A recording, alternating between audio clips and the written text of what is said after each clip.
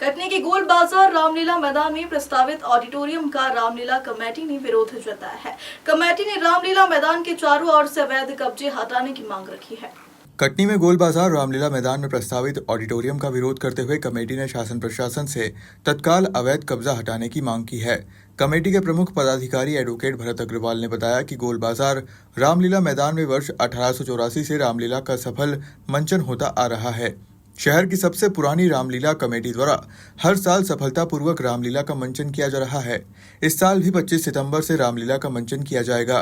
समाज सेवी रवि खरे ने बताया कि इसके करीब एक सप्ताह पहले भूमि पूजन किया जाएगा, लेकिन विडंबना है कि अब तक रामलीला मैदान में व्याप्त अतिक्रमण को हटाने की कार्रवाई नहीं की गई है, जबकि मैदान में चारों तरफ अवैध कब्जा हो गया है।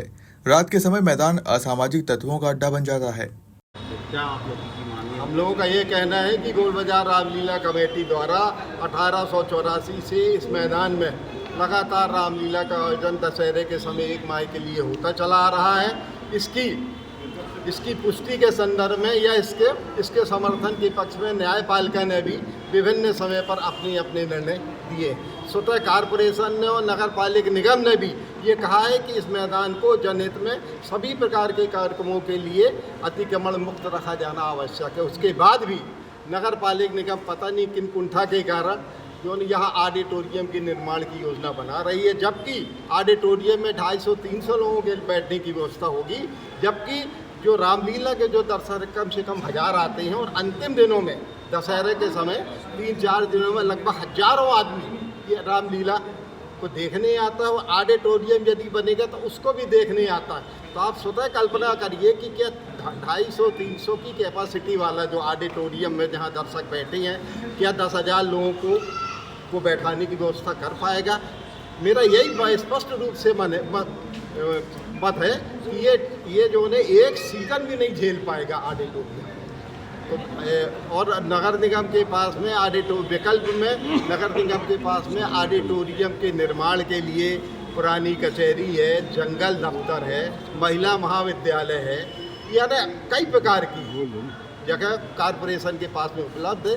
ये जो है बहुत ही अत्यंत संकीर्ण रास्ते से हो करके रामलीला मैदान में आना पड़ेगा।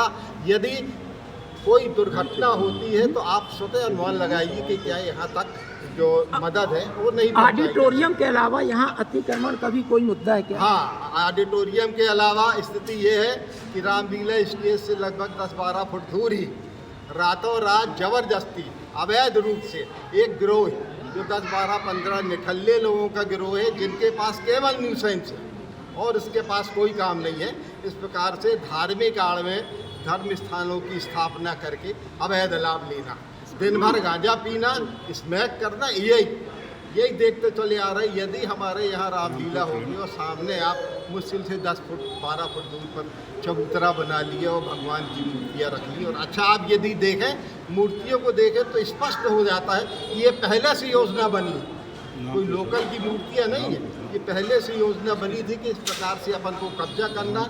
अब स्थिति ये है कि नगर पालिक निगम को, मध्य प्रदेश शासन को, कलेक्टर को हम लगातार 4-6 बार लिखित में दरखास्त दे चुके हैं, लेकिन मानना नहीं, पता नहीं कौन सी कुंठा है।